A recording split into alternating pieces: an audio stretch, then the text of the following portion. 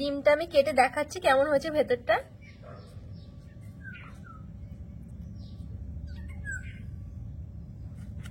দেখুন কেমন লাগছে দেখতে, পুরো কিন্তু একেবারে ডিম। নমস্কার বন্ধুরা, আজকে আমি বানাবো ডিম মানে নকল ডিম। এই নকল ডিম খাওয়ার কথা কিন্তু আমরা ভাবতে পারি না, কিন্তু এই নকল ডিম বানিয়ে আপনিও খেতে পারবেন, আবার বাড়ির সবাইকে কিন্তু খাইয়ে চমকেও দিতে পারবেন। খুবই সুন্দর হয়, একদিন বানালে কিন্তু বারবার বানাবেন। আর এই নকল ডিমটা বানানোর জন্য আমার লাগবে ডিম মানে ডিমের খোসা।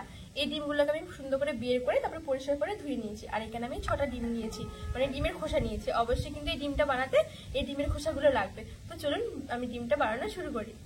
এবার আমি একটা কড়াই বসিয়ে আমি এখানে দিয়ে দিচ্ছি 500 ml এর মতন দুধ।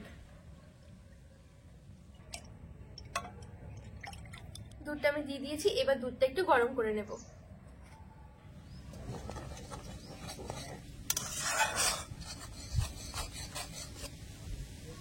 দুধটা গরম হয়ে গেছে, এবার আমি দিয়ে দেবো 2 চামচের মতন ভিনিগার।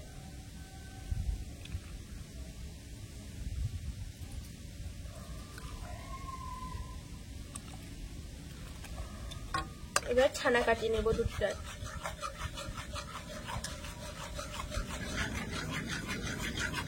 খুব সুন্দরভাবে কিন্তু ছানাটা কেটে গেছে, এবার আমি জল ঝরিয়ে নেব।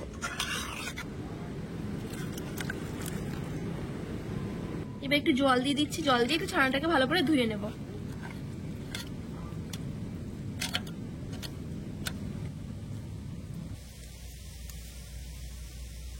এক্সট্রা জলটা আমি শুদ্ধভাবে বের করে নিয়েছি। এবার এই ছানাটাকে একটা থালার মধ্যে নিয়ে নেব।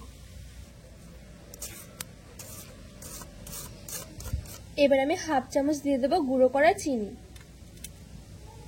আর আমি দিয়ে দিচ্ছি একদম 1 চিমটি একটুখানি ফুড কালার। এখানে ইয়েলো ফুড কালারটা নিয়েছি। এবার ভালো করে মেখে নেব।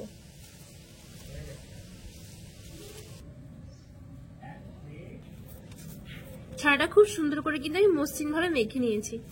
এবার আমি এখান থেকে একদম ছোট ছোট করে গোল গোল করে মার্বেলের মতন বানিয়ে নেব। ডিমের কুসুম যেরকম সাইজের হয় সেরকম করে আমি মার্বেলগুলো তৈরি করে নেব। এবার একটু গোল করে নিচ্ছি। এরকম করে আমি 6টা বানিয়ে নেব, যেহেতু আমি 6টা ডিম নিয়েছি তার জন্য।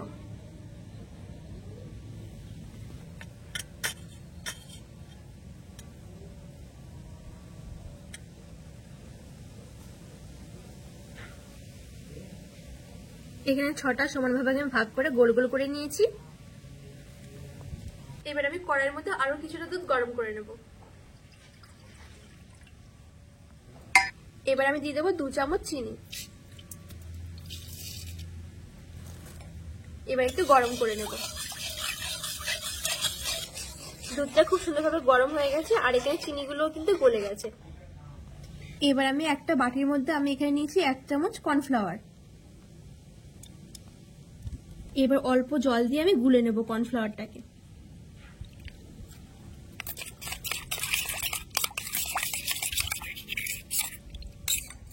এবার আমি কর্নফ্লাওয়ার যে গুলে রেখেছিলাম সেই জলটা দিয়ে দিচ্ছি।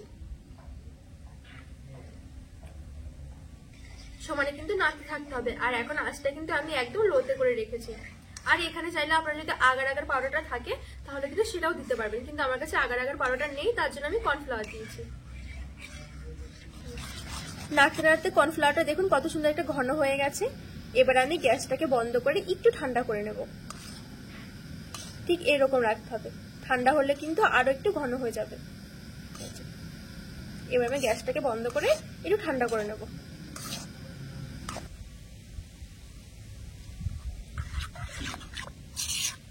হালকা কিন্তু ঠান্ডা হয়ে গেছে, বেশি কিন্তু একবার ঠান্ডা করা যাবে না, তাহলে পুরো একদম বসে যাবে। এবার এখান থেকে আমি একটা ডিমের খোসা নিয়ে নিয়েছি। এবার এখান থেকে আমি 1 চামচ কর্নফ্লাওয়ার নিয়ে এই ডিমের খোসাটার মধ্যে ঢুকিয়ে দেব।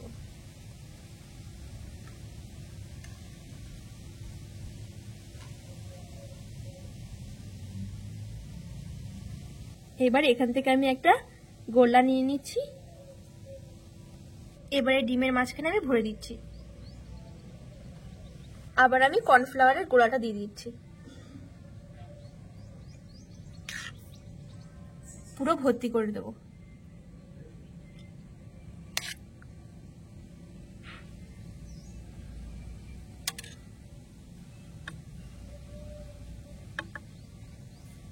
যে এখানে কিন্তু আমার একটা ডিম তৈরি করা হয়ে গেছে। আবার আমি আরেকটা বানিয়ে দেখাচ্ছি। সবার প্রথমে আমি 1 চামচের মতন কর্নফ্লাওয়ার দিয়ে দিচ্ছি, কর্নফ্লাওয়ারের গোলাটা। এবারে এখান থেকে একটা গোলা নিয়ে নিচ্ছি, এই ডিমের মাঝখানে দিয়ে দিলাম। এবার আবার আমি কর্নফ্লাওয়ারের গোলাটা দিয়ে দেবো।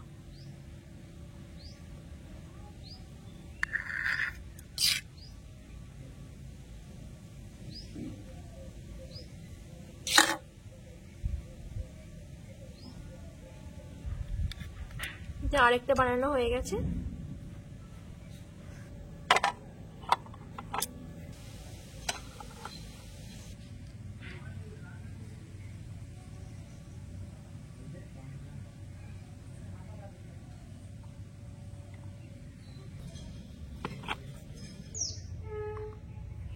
সবগুলো ডিম আমি এভাবে বানিয়ে নিয়েছি। এবার আমি 30 মিনিটের জন্য রেখে দেবো।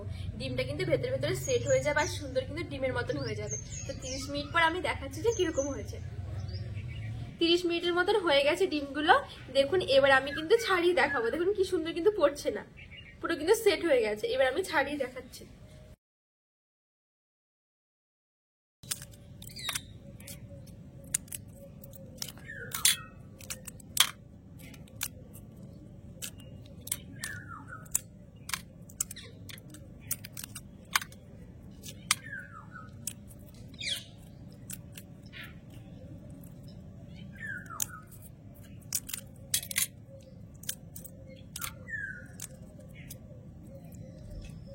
দেখুন কি সুন্দর হয়েছে, বোঝা যাচ্ছে না যে এটা ডিম নয়, কিন্তু পুরো ডিমের মতন। ডিমটা আমি কেটে দেখাচ্ছি কেমন হয়েছে ভেতরটা।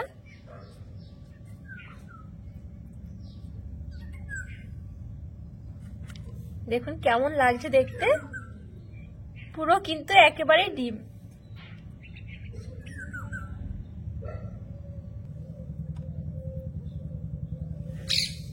ডিমগুলো আমার বানানো হয়ে গেছে, আর কিন্তু বোঝা যাচ্ছে না যে এইগুলো ডিম নয়, নকল ডিম। তো এই নকল ডিমগুলো খেতে কিন্তু অনেক দারুণ হয়। আপনারা বাড়িতে একদিন হলেও বানিয়ে দেখবেন, অনেক ভালো লাগবে। তো ভালো লাগলে রেসিপিটি অবশ্যই চ্যানেলটিকে সাবস্ক্রাইব করে পাশে থাকার অনুরোধ রইল।